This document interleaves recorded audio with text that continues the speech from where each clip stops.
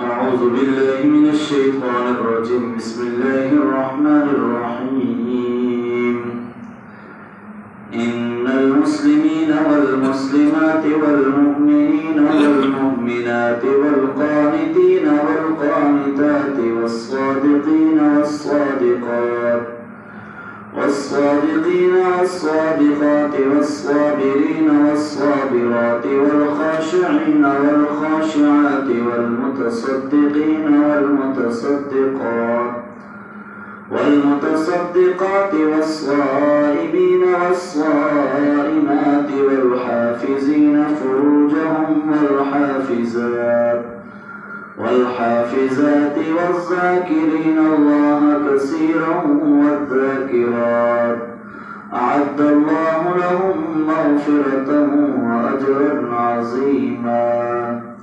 وما كان لمؤمن ولا مؤمنة إذا قضى الله ورسوله أمرا أن يكون لهم الخيرة من أمره ومن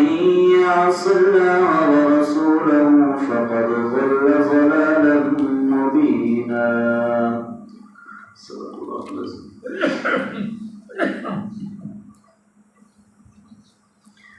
اس آیت کے اندر اللہ تعالیٰ نے مومن مردوں اور مومن عورتوں کی خصوصیات کا جو ہے وہ تذکرہ کیا ہے. عموماً تو قرآن مجید کے اندر اللہ تعالیٰ نے مرد کا ذکر کر کے ہی اس سے مراد دونوں کے لیے احکامات جو ہے وہ جاری کی، لیکن یہاں پر اللہ تعالیٰ نے خاص طور پر مردوں کا بھی ذکر کیا اور عورتوں کا بھی، اور ان کی خصوصیات کا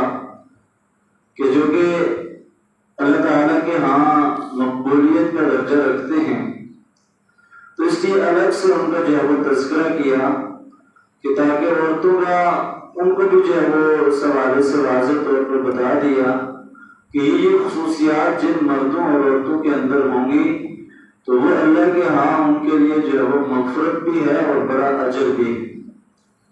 سب سے پہلے فرمایا کہ ان المسلمین والمسلمات، کہ بے شک مسلمان مرد اور مسلمان عورتیں، یعنی اسلام قبول کرنے والے، اطاعت اور فرمانبرداری کرنے والے مرد اور عورتیں،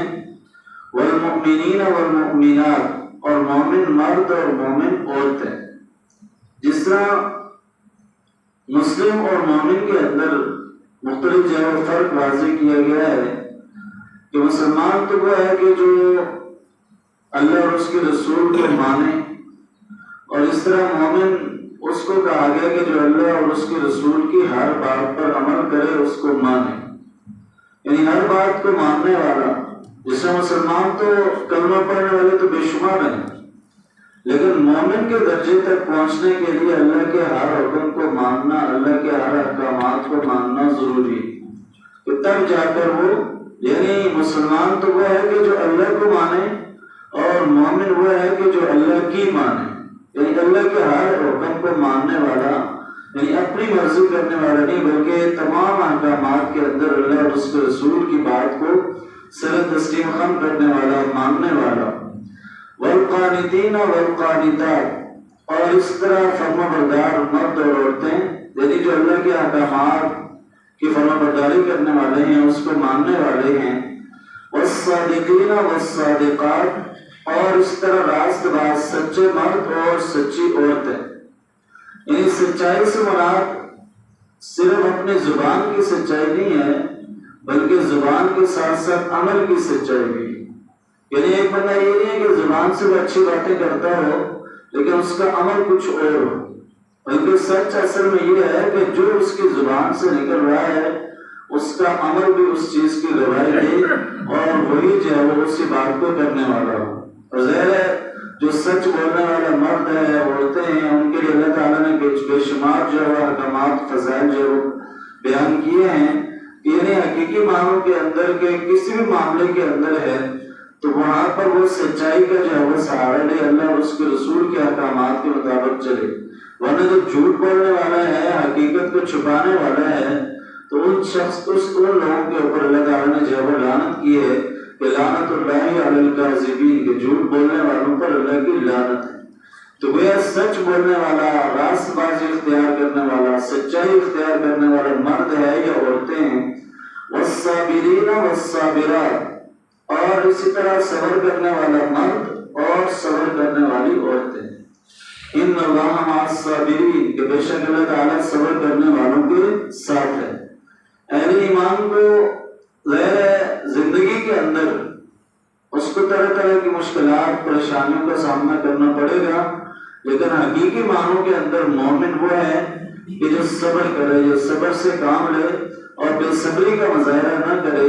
لیکن ظاہر ہے بعض چیزیں اللہ کی طرف سے انسان کے لیے یہ آزمائش بھی ہوتی ہے، طرح طرح کی آزمائش اس کے اوپر آتی ہیں، یہ چیک کرنے کے لیے کہ آیا یہ بندہ مشکل کے موقع پر صبر کرتا ہے یا نہیں. آسانی میں تو ظاہر ہے ہر ایک وہ اچھی طرح زندگی گزار لیتا ہے، لیکن اس کا پتہ چلتا ہے کہ جب کوئی غم، مصیبت، پریشانی آتی ہے تو اس وقت آیا وہ چیخو پکار کرنے والا ہے یا اس کا اللہ کے اوپر جو وہ توکل اور بھروسہ ہے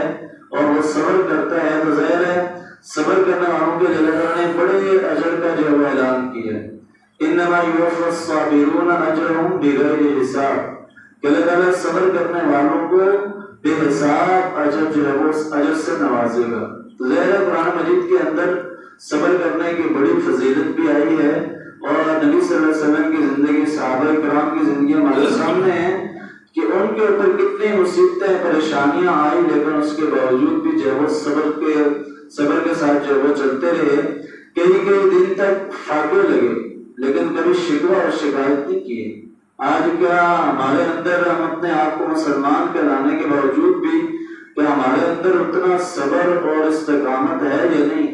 کہ اگر کسی موقع پر کوئی مشکل پریشانی آ جاتی ہے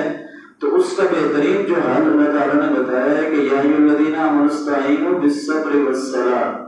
کہ اے ایمان والو صبر سے اور نماز سے جو ہے وہ اللہ کی مدد حاصل کرو. اور اللہ جو وہ صبر کرنے والوں کے ساتھ ہے. کہ جو بندہ صبر کرتا ہے تو ظاہر اللہ کی ذات تو دیکھ رہی،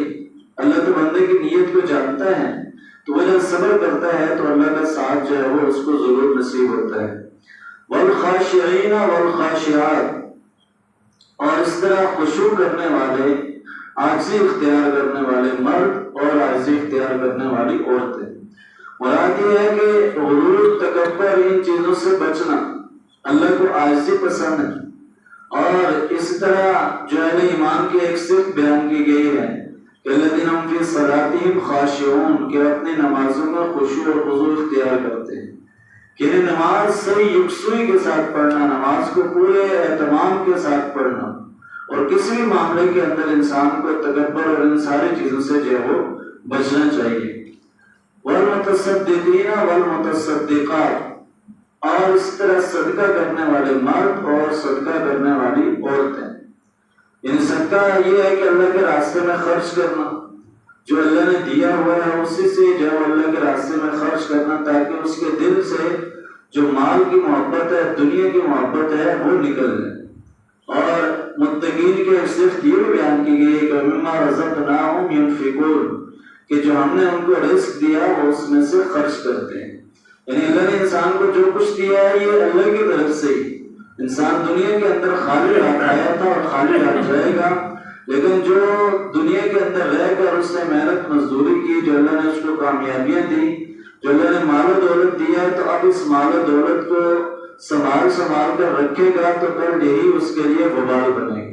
لیکن جب یہ اللہ کے راستے میں خرچ کرے گا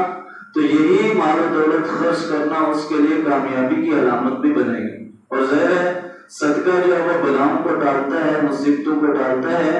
اور جو خرچ کرنے والا ہے وہ کبھی محتاج نہیں ہوتا. جو اللہ کے راستے میں خرچ کرتا ہے،